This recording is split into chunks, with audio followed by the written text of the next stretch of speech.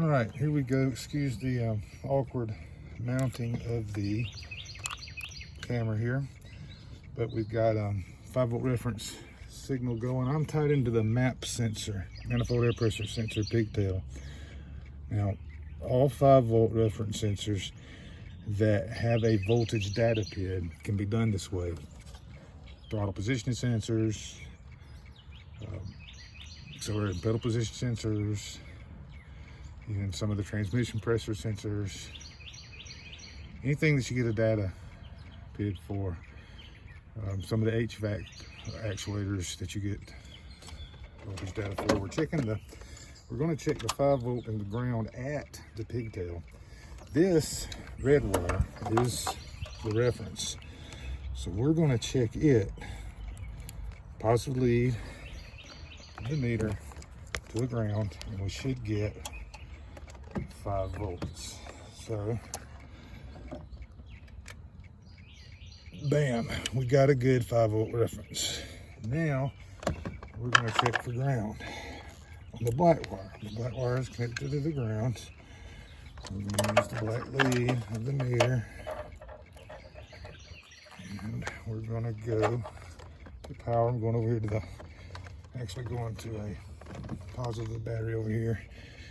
So we're going to connect the power, and bam, 12 volts. That means that that black wire is a good ground on that manifold air pressure sensor pigtail.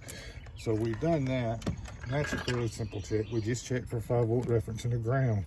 Now what we're going to do, we're going to check this signal wire continuity. This is going to check the wire, and it's going to check the internal portion of the PCM, since we're reading the data as the PCM sees it. And you see there it shows 5 volts right now. This one happens to be biased to 5 volts. Not all are 5-volt biased, and not all service data tells you what is and what isn't. So to be safe, what we do, we don't need a meter anymore, we take the ground wire first, jump it to the signal, and make sure that it reads 0. Bam, we're at 0. That means that wire is good, and the internal part of the PCM is good. And if we happen to have a signal, which isn't too common anymore, but it is on the older cars, some of the newer ones, so we would jump the 5-volt to the signal and make sure that it went to 5 volts. We're just using the meter for the scan tool data for a voltmeter. So my meter timed out. So there we go. And that's just a simple check for a 5-volt reference sensor. We didn't have to back probe the PCM. We know the PCM's good. We know the wire's good.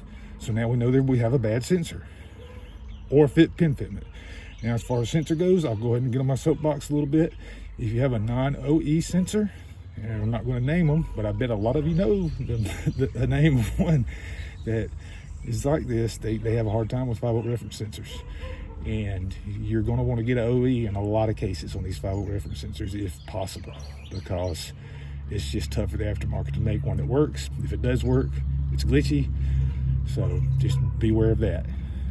So that's it. Thank you guys.